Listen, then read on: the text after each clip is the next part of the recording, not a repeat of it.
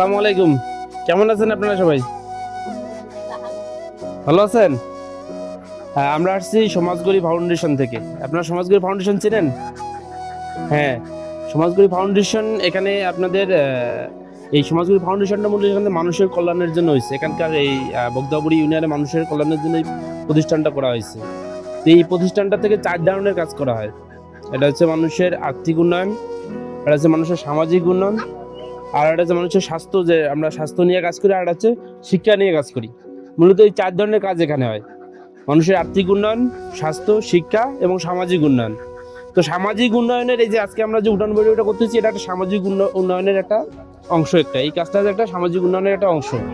তো আজকে আমরা যে বিষয়টা নিয়ে উঠান বৈঠকে আমরা বসছি, সেটা হচ্ছে যে মানসিক স্বাস্থ্য।